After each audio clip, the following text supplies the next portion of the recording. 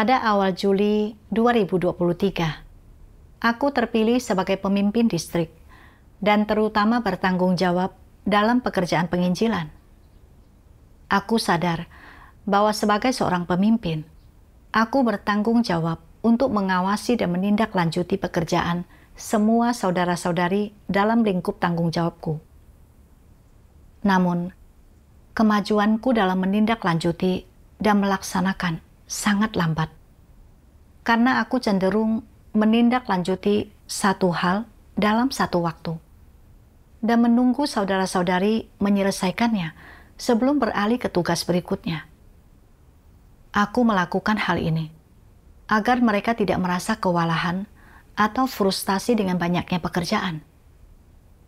Aku ingin semua orang melihatku sebagai orang yang berempati, yang bisa mengerti dan bersimpati dengan mereka. Karena itu, aku sangat berhati-hati saat mengawasi dan menindaklanjuti pekerjaan. Karena takut, saudara-saudari akan mengatakan, aku terlalu kaku dan tidak berempati, serta bukan seorang pemimpin yang baik. Suatu ketika, saat aku menindaklanjuti pekerjaan seorang pengawas penginjilan bernama Krisanta, awalnya aku berencana menindaklanjuti dan memeriksa pekerjaan setiap pekerja penginjilan yang dia tangani, serta situasi dari setiap calon penerima Injil.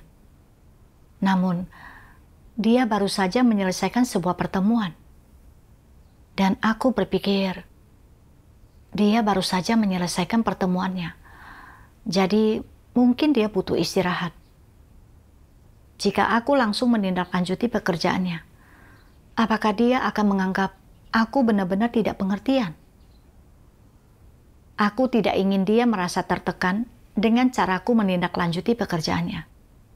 Karena mungkin dia sudah memeriksa pekerjaan para pekerja penginjilan saat pertemuan tersebut. Maka, mungkin lebih mudah baginya untuk menjawab pertanyaan tentang hal itu.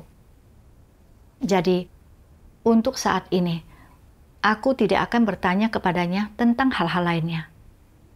Dengan begitu, dia tidak akan mengeluh kalau aku terlalu banyak bertanya. Dia juga akan merasa aku mempertimbangkan situasinya, serta punya pengertian dan empati terhadapnya. Aku percaya bahwa pemimpin yang baik harus memahami saudara-saudarinya dan mempertimbangkan perasaan mereka. Jadi pada saat itu, aku hanya bertanya kepada Krisanta tentang pekerjaan dan rencana para pekerja penginjilan. Dan aku tidak menanyakan bagaimana keadaan calon penerima Injil. Kemudian, saat dia melaksanakan tugasnya, dia hanya menindaklanjuti pekerjaan para pekerja penginjilan, tetapi tidak memantau kemajuan pekerjaan lainnya atau keadaan para calon penerima Injil. Dia tidak segera memeriksa rincian ini, sehingga efektivitas tugasnya menurun.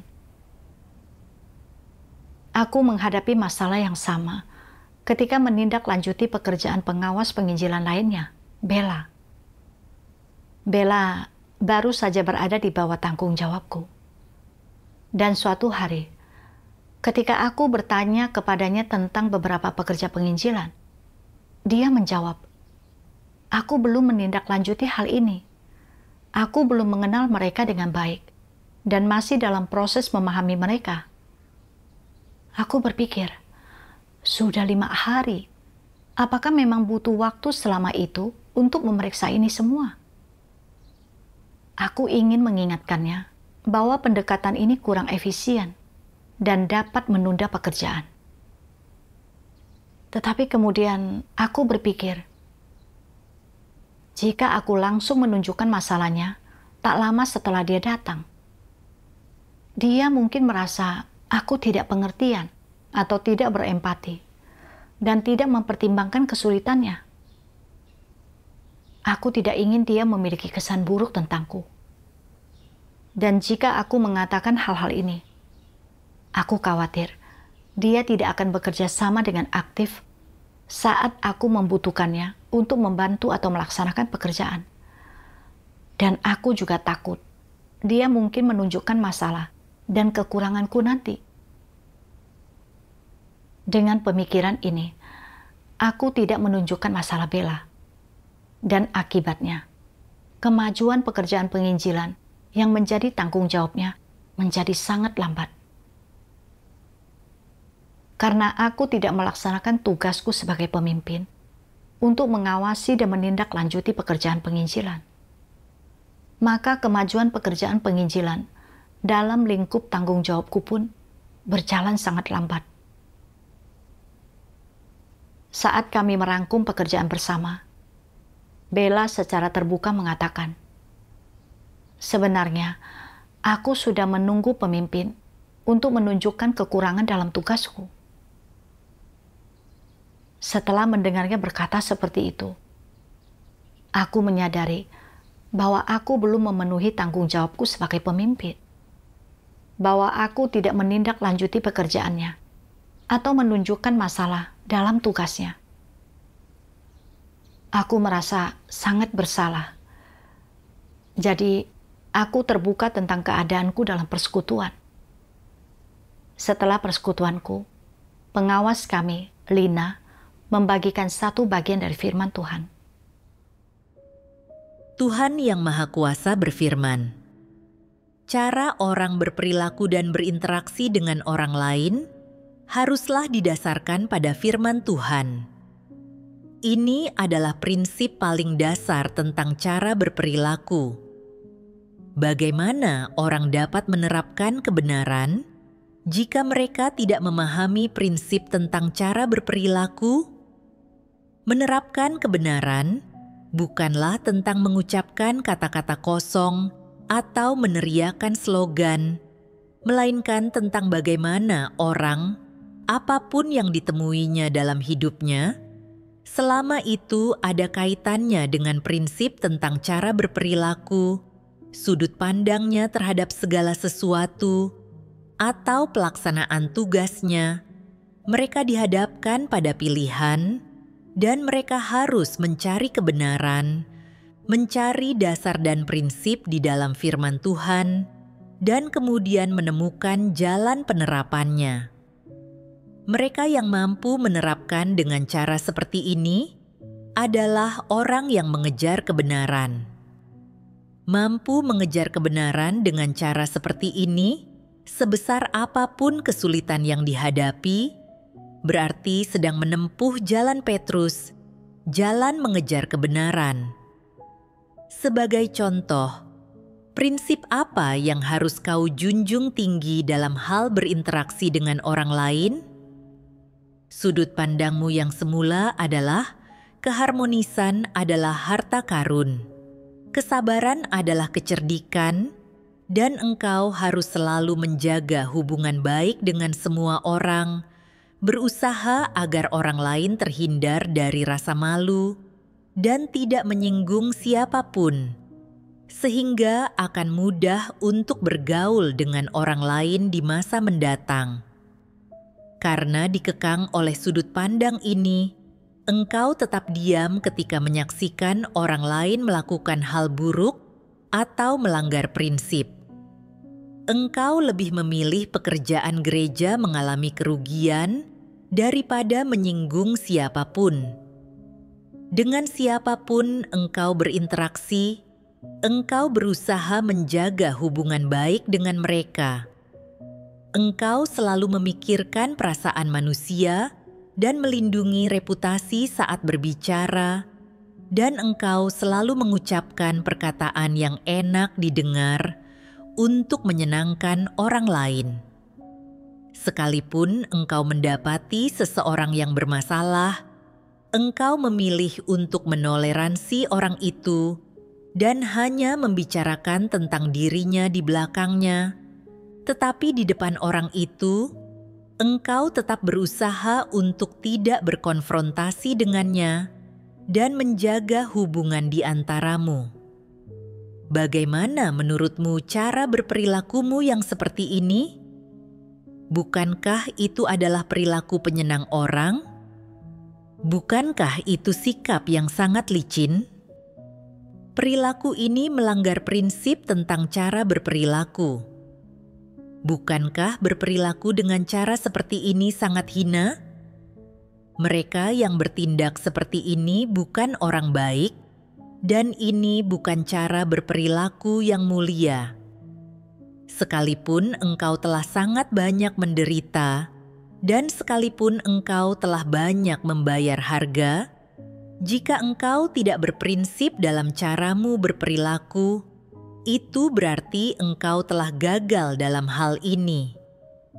Dan engkau tidak akan diakui, diingat, ataupun diterima di hadapan Tuhan. Lina kemudian bersekutu denganku.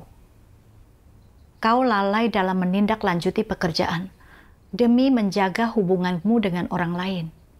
Dan meskipun kau telah menjaga hubungan itu, akibatnya pekerjaan menjadi tertunda. Dari apa yang baru saja dikatakan Bella, sebenarnya dia berharap kau menindaklanjuti pekerjaannya, agar dia memiliki arah dan jalan yang jelas dalam tugasnya. Akan tetapi, kau melakukan sesuatu dengan mentalitas penyenang orang, dan kau hanya berusaha menjaga citramu dan hubunganmu dengan tidak menunjukkan kesalahannya. Pada akhirnya, kau tidak melaksanakan tugasmu dengan baik.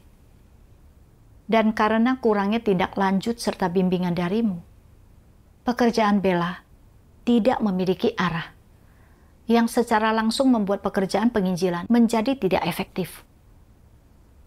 Kau harus merenungkan dengan serius masalahmu yang terlalu ingin menjadi penyenang orang. Setelah mendengar perkataan saudari itu, aku merasa sangat malu. Memang benar, aku punya pola pikir penyenang orang dalam berinteraksi dengan orang lain. Aku tidak ingin menyinggung siapapun, tidak ingin merusak hubunganku dengan saudara-saudariku, dan tidak ingin mereka menganggapku sebagai orang yang tidak peduli. Awalnya, aku ingin menindaklanjuti banyak pekerjaan dengan Krisanta. Tetapi aku takut, jika aku terlalu sering menindaklanjuti dan memeriksa segala hal, dia akan berpikir aku tidak pengertian. Jadi, aku hanya memilih untuk menindaklanjuti dan menanyakan tugas-tugas yang lebih mudah baginya. Sementara, tugas-tugas yang lebih berat dan bisa membuatnya kelelahan, tidak kutanyakan. Aku berpikir bahwa dengan cara ini, dia tidak akan mengeluh tentangku atau berpandangan buruk tentangku. Akibatnya, pekerjaan penginjilan yang menjadi tanggung jawabnya menjadi tidak efektif. Aku menindaklanjuti pekerjaan Bella dengan cara yang sama. Aku melihat bahwa dia kurang efisien dalam melaksanakan tugasnya, dan ini menunda pekerjaan. Tetapi aku tidak mau menunjukkan hal ini karena takut menyinggung perasaannya. Apa yang kulakukan dan bagaimana ku bertindak adalah apa yang Tuhan singkapkan ketika Dia berfirman. Selalu menjaga hubungan baik dengan semua orang. Berusaha agar orang lain terhindar dari rasa malu dan tidak menyinggung siapapun. Dahulu, aku berpikir bahwa aku sudah bertindak dengan benar, karena dengan begitu, aku bisa menghindari konflik dengan saudara-saudariku. Aku merasa selalu mempertimbangkan perasaan dan kesulitan orang lain, dan menganggap diriku sebagai orang yang baik. Tetapi Tuhan berkata bahwa sikap seperti ini bertentangan dengan prinsip tentang cara orang berperilaku. Sikap permisifku terhadap saudara-saudariku berulang kali menyebabkan lambatnya kemajuan dalam pekerjaan penginjilan dan sudah merugikan pekerjaan gereja. Aku sama sekali bukan orang yang baik, tetapi hanya penyenang orang, seseorang yang licik. Jika aku tidak mengubah mentalitas seperti ini, maka semua yang kulakukan akan sia-sia, karena aku tidak menerapkan kebenaran atau memuaskan Tuhan. dan Tuhan tidak akan berkenan padaku. Kesadaran ini membuatku ingin berubah. Aku harus menunjukkan setiap masalah atau kekurangan yang kulihat dalam pelaksanaan tugas saudara-saudariku, menawarkan persekutuan dan bantuan, serta berhenti memikirkan harga diriku. Aku tidak ingin lagi hanya menjaga hubunganku dengan orang lain. Jadi, aku berdoa kepada Tuhan. Ya Tuhan yang Maha Kuasa, aku menyadari bahwa aku hanya berusaha menjaga hubunganku dengan saudara-saudariku, tanpa mengutamakan kepentingan rumah Tuhan. Sekarang, aku mulai memahami diriku sendiri, dan aku bersedia bertobat. Menerapkan kebenaran, bertindak sesuai dengan prinsip, serta melaksanakan tugasku sebagai seorang pemimpin. Setelah berdoa, aku merasa keberanian muncul dalam diriku. Setelah itu, ketika menindaklanjuti pekerjaan saudara-saudariku, aku menyampaikan masalah-masalah yang kulihat. Saat aku melakukan penerapan sesuai dengan kebenaran, saudara-saudariku tidak marah seperti yang aku khawatirkan, dan hubungan kami tetap baik. Kenyataannya, mereka bersedia menerima bimbingan. Aku ingin terus berusaha untuk menjadi orang jujur dan menunjukkan masalah atau menawarkan saran kepada saudara-saudariku. Namun, menerapkan kebenaran itu tidaklah mudah. Karena sekadar mengetahui kebenaran bukan berarti seseorang bisa langsung menerapkannya. Tuhan mengatur situasi lain untuk menyingkapkan kerusakanku. Pada tanggal 13 Juli, di gereja diadakan pemilihan, dan saudari Ahwa terpilih sebagai pemimpin gereja. Sekitar seminggu kemudian, tiba-tiba dia memberitahuku bahwa dia telah mendapatkan pekerjaan karena perlu melunasi beberapa utang. Jam kerjanya mulai dari pukul 5 pagi hingga 9 malam.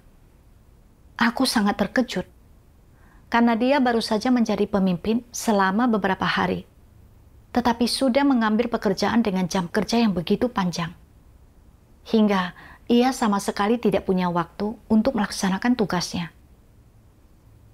Aku bersekutu dengannya, tetapi dia berkata, "Aku benar-benar harus bekerja supaya bisa melunasi utangku." Aku berpikir, saudari ini memang sedang menghadapi kesulitan dan tidak bisa melaksanakan tugasnya dengan baik. Jadi, dia sudah tidak cocok lagi menjadi pemimpin gereja. Aku harus melaporkan hal ini kepada pengawas untuk mendiskusikan pengalihan tugasnya. Akan tetapi kemudian aku berpikir, jika aku mengatakan ini dan dia dialihkan dari tugasnya, itu mungkin akan melukai harga dirinya. Dan dia bisa saja berpikir, kalau aku tidak memahami kesulitannya, serta tidak memberinya kesempatan, lalu dia akan menjauh dariku. Aku ingin menjaga hubunganku dengannya. Jadi, aku tidak memberitahukan situasinya kepada pengawas. Aku mengira utangnya tidak terlalu banyak, dan mungkin jika dia bekerja selama sebulan, dia bisa melunasinya, lalu kembali punya waktu untuk melaksanakan tugasnya. Selama dia bekerja, aku bisa membantunya menindaklanjuti beberapa tugas. Setelah itu, Ahwa bekerja seharian penuh dan tidak mengerjakan pekerjaan gereja, sehingga banyak pekerjaan menjadi tertunda. Seminggu kemudian, pengawas kami Lina melihat bahwa Ahwa tidak melaksanakan tugasnya dan bertanya kepadaku tentang situasinya. Saat itulah aku baru memberitahu Lina tentang pekerjaan Ahwa. Lina bersekutu denganku. Berdasarkan sikap Ahwa, dia tidak lagi mampu melaksanakan tugasnya sebagai pemimpin. kepemimpinan di gereja berhubungan dengan kemajuan seluruh pekerjaan gereja. Seorang pemimpin yang baik bisa memikul tanggung jawab pekerjaan gereja. Sedangkan pemimpin yang tidak bertanggung jawab justru bisa merusak pekerjaan gereja. Kenyataannya, kau sendiri sudah melihat situasi di gereja ini.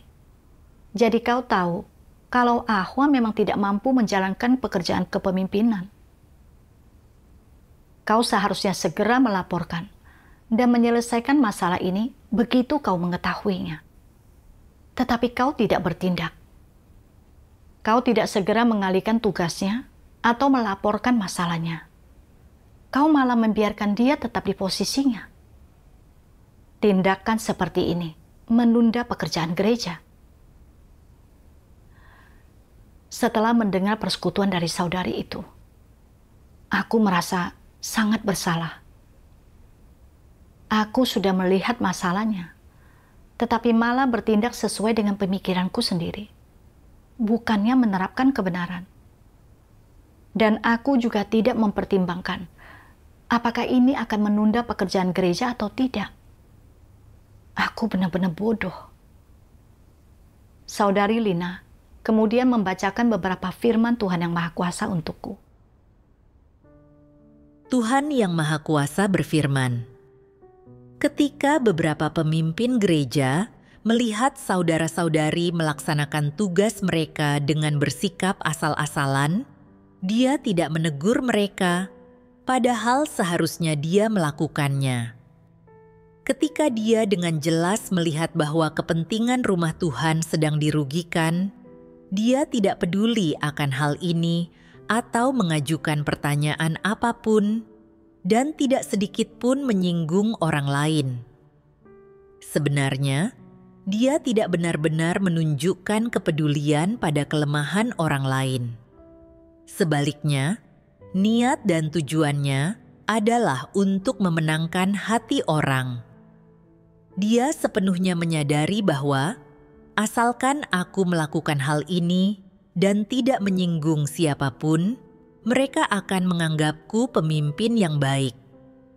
Mereka akan berpendapat baik dan tinggi tentangku. Mereka akan menerimaku dan menyukaiku. Dia tidak peduli seberapa besar kerusakan yang terjadi pada kepentingan rumah Tuhan, atau seberapa besar kerugian yang ditimbulkan pada jalan masuk kehidupan umat pilihan Tuhan, atau seberapa besar itu telah mengganggu kehidupan bergereja. Dia hanya bertahan dalam falsafah iblisnya dan tidak mau menyinggung siapapun. Di dalam hatinya, dia tidak pernah menyalahkan dirinya sendiri.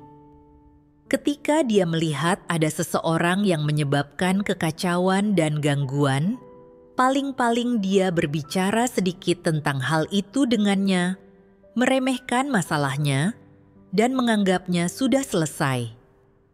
Dia tidak akan mempersekutukan kebenaran atau menunjukkan esensi masalahnya kepada orang itu, apalagi menelaah keadaan orang itu, dan dia tidak akan pernah mempersekutukan maksud-maksud Tuhan. Pemimpin palsu tidak pernah menyingkapkan atau menelaah kesalahan yang sering orang lakukan, atau watak rusak yang sering orang perlihatkan. Mereka tidak membereskan masalah nyata apapun, sebaliknya mereka malah selalu membiarkan penerapan keliru dan perwujudan kerusakan, dan betapapun negatif dan lemahnya orang-orang, mereka tidak menganggapnya serius.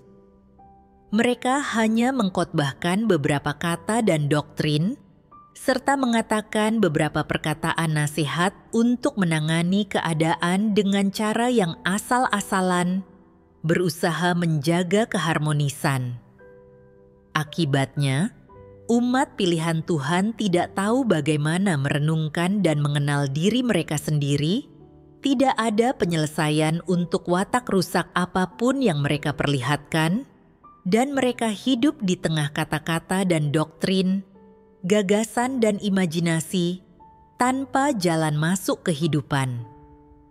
Mereka bahkan yakin di dalam hatinya Pemimpin kita bahkan lebih memahami kelemahan kita daripada Tuhan. Tingkat pertumbuhan kita terlalu kecil untuk dapat memenuhi tuntutan Tuhan. Kita hanya perlu memenuhi tuntutan pemimpin kita. Dengan tunduk kepada pemimpin kita, berarti kita sedang tunduk kepada Tuhan. Jika suatu hari nanti yang di atas memberhentikan pemimpin kita, kita akan menyuarakan isi hati kita untuk mempertahankan pemimpin kita dan mencegahnya diberhentikan. Kita akan bernegosiasi dengan yang di atas dan memaksa mereka untuk menyetujui tuntutan kita. Inilah cara kita melakukan hal yang benar untuk pemimpin kita. Ketika orang-orang memiliki pemikiran seperti ini di dalam hati mereka, ketika mereka telah menjalin hubungan seperti ini dengan pemimpin mereka, dan ketergantungan, rasa iri, dan pemujaan semacam ini telah muncul di hati mereka terhadap pemimpin mereka, itu berarti mereka jauh lebih percaya kepada pemimpin ini dan selalu ingin mendengarkan perkataan pemimpin itu, bukannya mencari kebenaran di dalam firman Tuhan. Pemimpin seperti itu telah hampir mengambil tempat Tuhan di hati orang-orang. Jika seorang pemimpin bersedia mempertahankan hubungan semacam itu dengan umat pilihan Tuhan, jika dia merasakan kenikmatan dari hal ini di dalam hatinya, dan yakin bahwa umat pilihan Tuhan seharusnya memperlakukannya seperti ini, maka pemimpin ini tidak ada bedanya dengan Paulus. Dia telah menginjakkan kakinya di jalan antikristus. Seorang antikristus tidak melakukan pekerjaan nyata. Mereka tidak mempersekutukan kebenaran untuk menyelesaikan masalah. Mereka tidak membimbing orang dalam makan dan minum firman Tuhan dan masuk ke dalam kenyataan kebenaran. Mereka bekerja hanya demi status, ketenaran, dan keuntungan. Mereka hanya peduli untuk membangun diri mereka sendiri, melindungi tempat yang mereka miliki di hati orang-orang, dan membuat semua orang memuja mereka, menghormati mereka, dan mengikuti mereka sepanjang waktu. Inilah tujuan yang ingin mereka capai. Dengan cara inilah antikristus berusaha memenangkan hati orang dan mengendalikan umat pilihan Tuhan. Bukankah cara kerja seperti itu jahat? Sungguh sangat menjijikkan. Tuhan menyingkapkan bahwa ketika para pemimpin dan pekerja menutup mata terhadap masalah dalam pekerjaan, hanya menjaga citra diri dan hubungan dengan saudara-saudari mereka, maka orang-orang seperti itu adalah pemimpin palsu yang sedang menempuh jalan antikristus. Aku persis seperti yang Tuhan singkapkan. Aku jelas tahu bahwa Bella tidak efisien dalam melaksanakan tugasnya, tetapi aku tidak punya keberanian untuk menunjukkan masalahnya. Aku hanya ingin dia merasa bahwa aku memahami kesulitannya, agar tidak terjadi konflik dan hubungan kami tetap baik. Ahwa tidak mampu memenuhi tugas kepemimpinannya karena pekerjaannya. Jadi, seharusnya aku melaporkan situasinya ke pemimpin atas, agar tugasnya segera dialihkan. Tetapi aku takut jika dia tahu tentang hal ini, dia akan berpandangan buruk tentangku. Jadi, aku tidak memberitahu pemimpin atas. Aku tidak peduli meskipun hal ini bisa menunda pekerjaan gereja. Aku hanya menginginkan pengakuan dan dukungan dari saudara-saudariku, agar mereka berpandangan baik tentangku. Karena itulah, aku selalu mengesampingkan kepentingan rumah Tuhan. Perilakuku benar-benar jahat dan dibenci oleh Tuhan. Aku berdoa kepada Tuhan.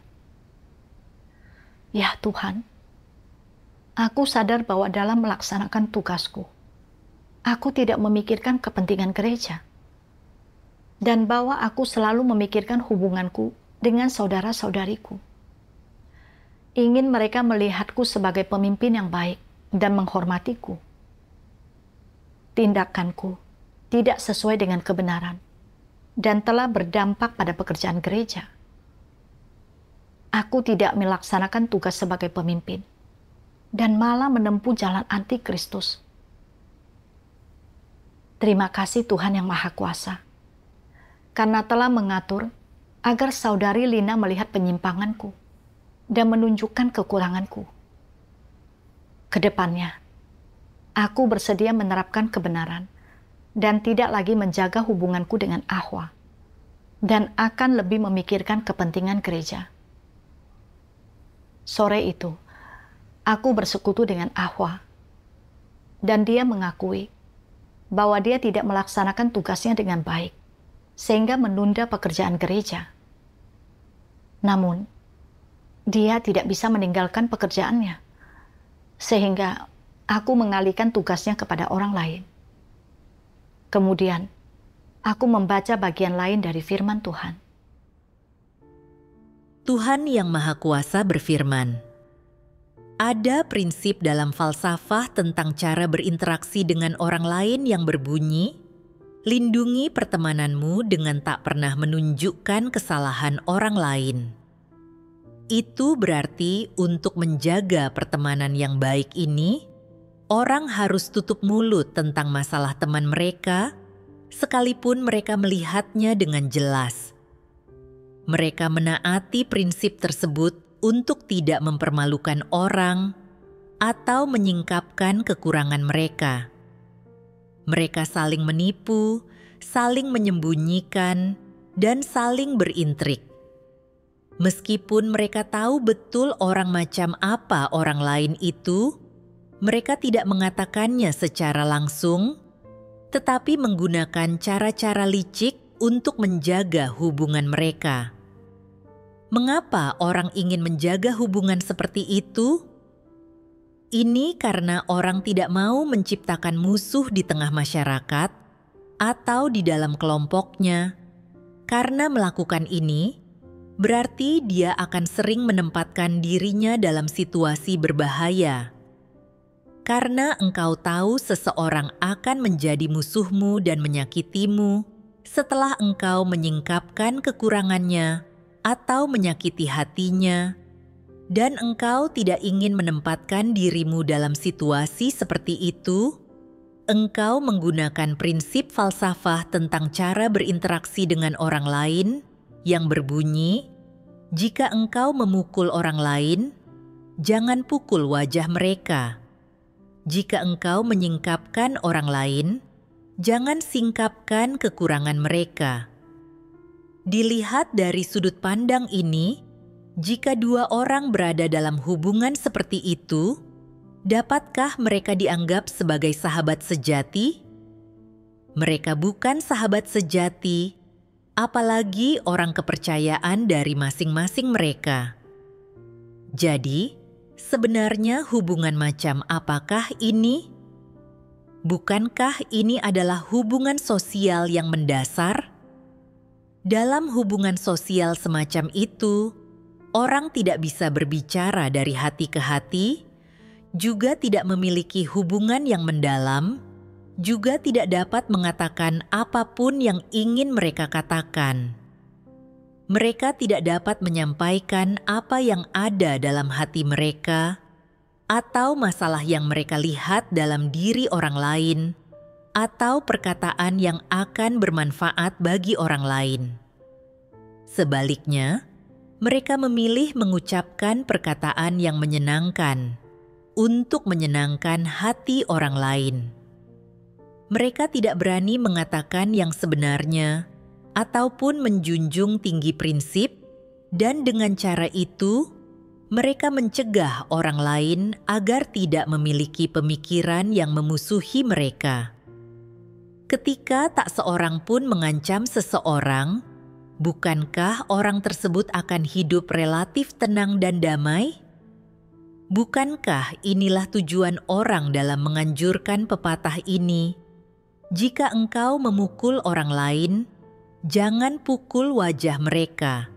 Jika engkau menyingkapkan orang lain, jangan singkapkan kekurangan mereka.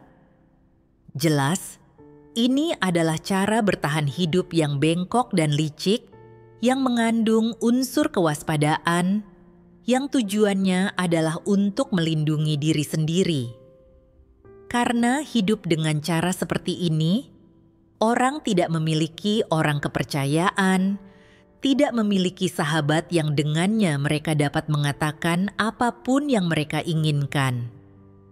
Di antara orang-orang, yang ada hanyalah sikap saling berwaspada, saling memanfaatkan, dan saling bersiasat, di mana setiap orang mengambil apa yang mereka butuhkan dari hubungan tersebut. Bukankah begitu? Pada dasarnya, tujuan dari jika engkau memukul orang lain, jangan pukul wajah mereka. Jika engkau menyingkapkan orang lain, jangan singkapkan kekurangan mereka, adalah untuk menjaga agar tidak menyinggung orang lain maupun menciptakan musuh, untuk melindungi diri sendiri dengan tidak menyakiti siapapun. Ini adalah teknik dan metode yang orang gunakan untuk menjaga dirinya agar tidak disakiti. Melihat pada beberapa aspek dari esensi pernyataan ini, apakah tuntutan di balik perilaku moral? Jika engkau memukul orang lain, jangan pukul wajah mereka. Jika engkau menyingkapkan orang lain, jangan singkapkan kekurangan mereka, adalah prinsip yang mulia? Apakah ini positif? Lalu, apa yang pepatah ini ajarkan kepada orang? Pepatah ini mengajarkan bahwa engkau tidak boleh menyinggung atau melukai perasaan siapapun.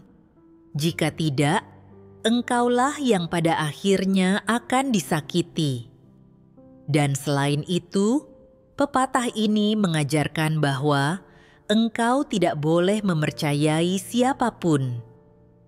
Jika engkau melukai perasaan salah satu dari teman baikmu, persahabatan itu akan mulai berubah secara diam-diam.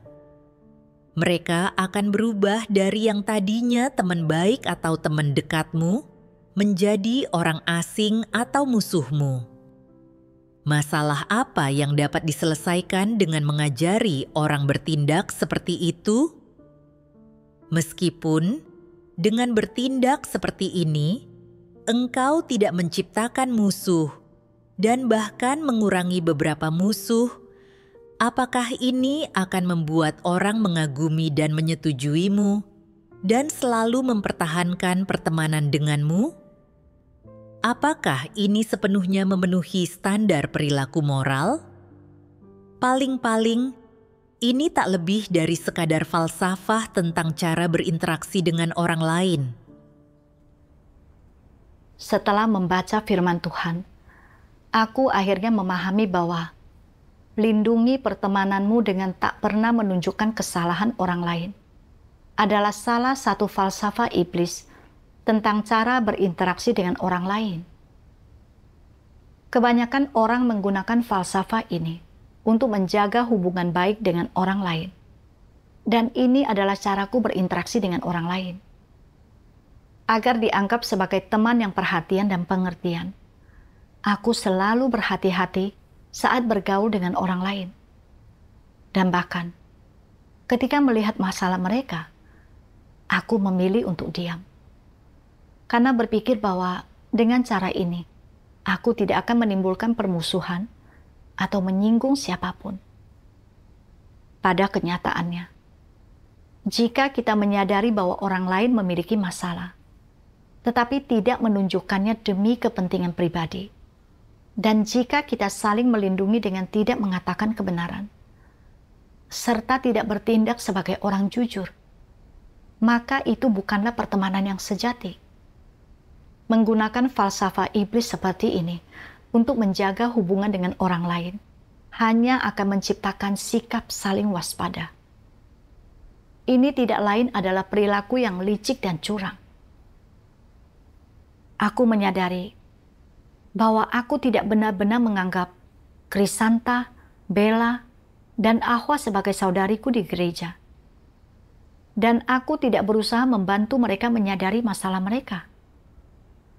Aku hanya ingin diterima oleh mereka dan tidak ingin mereka berpikiran negatif tentangku.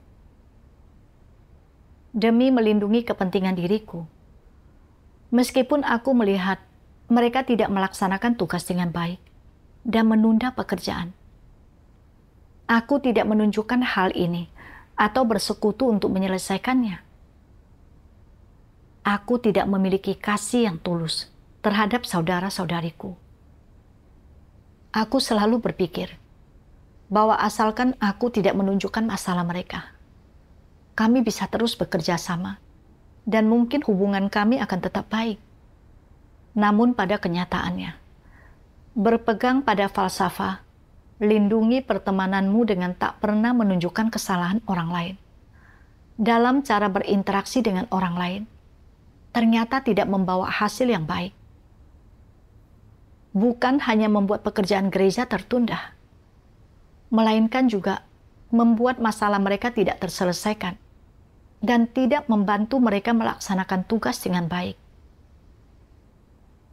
Saat itu, aku memahami bahwa sebagai seorang pemimpin, aku harus menunjukkan masalah saudara-saudari dalam melaksanakan tugas mereka, serta membimbing mereka agar menyadari kesalahan dan memperbaikinya.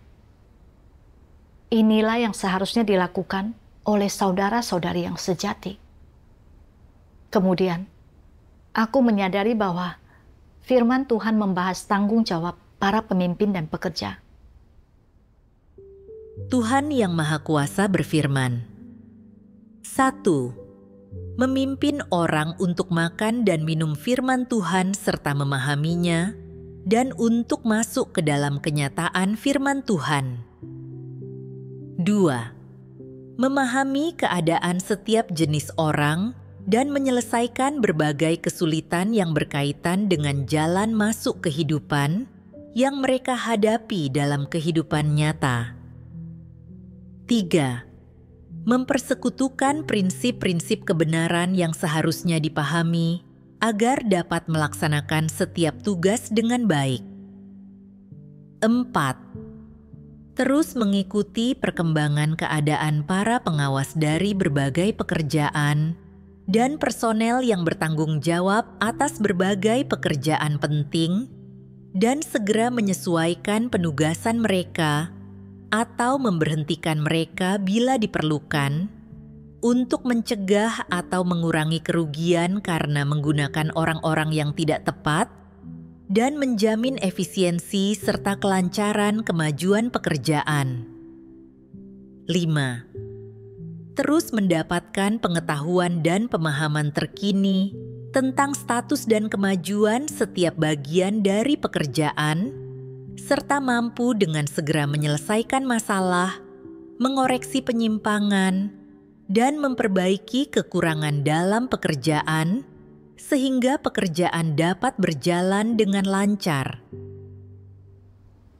Setelah membaca firman Tuhan, aku makin jelas melihat bahwa tindakanku belum memenuhi standar kepemimpinan yang Tuhan tetapkan.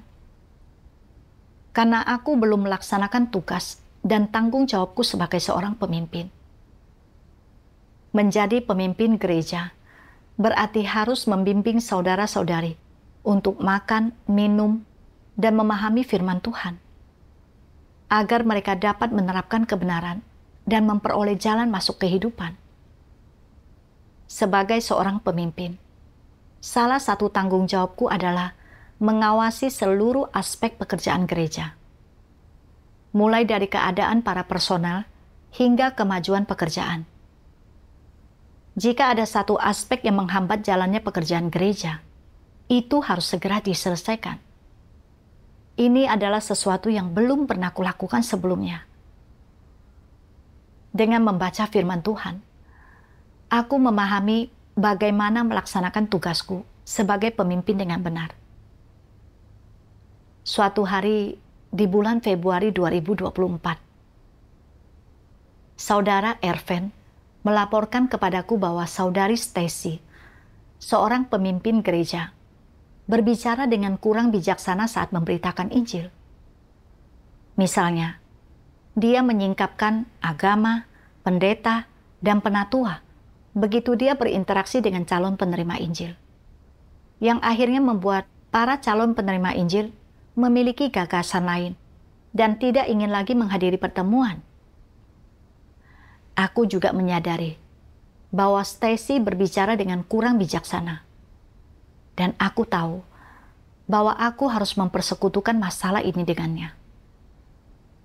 Tetapi aku berpikir, memang benar bahwa Stacy sangat belak-belakan. Tetapi dia sudah cukup lama memberitakan Injil. Apakah dia akan menerima bimbingan dariku? Jika dia tidak menerimanya, apakah dia akan berpandangan buruk tentangku? Namun, aku juga berpikir bahwa jika aku tidak menunjukkan masalahnya, pelaksanaan tugasnya tidak akan memberikan hasil yang baik. Sehingga aku tetap harus menunjukkan masalahnya. Beberapa hari kemudian, aku memberitakan Injil bersama Stacy. Dan di akhir pertemuan, aku diam-diam berdoa. Tuhan yang Maha Kuasa, tolong berikan aku keberanian untuk menunjukkan masalah Stacy. Aku agak takut dia tidak akan menerima perkataanku dan malah memiliki kesan buruk tentangku. Tetapi aku tidak ingin terikat oleh watak rusakku. Aku juga tidak ingin mengorbankan pekerjaan penginjilan hanya demi menjaga hubungan baik dengan orang lain. Tuhan, tolong berikan aku keberanian. Setelah itu, aku merangkum masalah yang kami hadapi selama pekerjaan penginjilan. Lalu, aku menunjukkan beberapa masalah Stacy.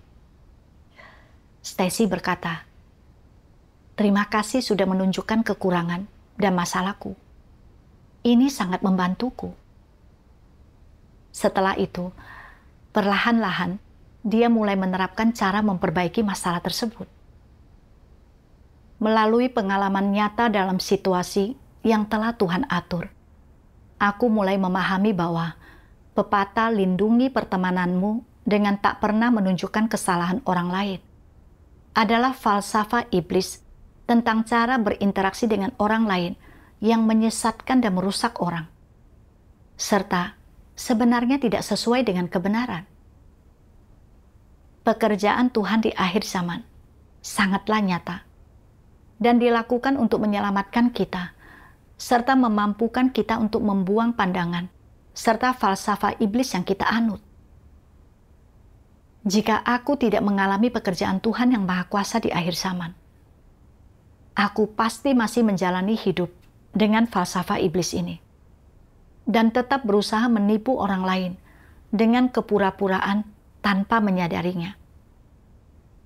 Bimbingan dari firman Tuhanlah yang membuatku memahami prinsip-prinsip dalam cara orang berperilaku. Aku sungguh diberkati karena menerima pekerjaan Tuhan yang Maha Kuasa di akhir zaman, yang memberiku kesempatan untuk mengubah watakku yang rusak. Aku benar-benar bersyukur kepada Tuhan yang Maha Kuasa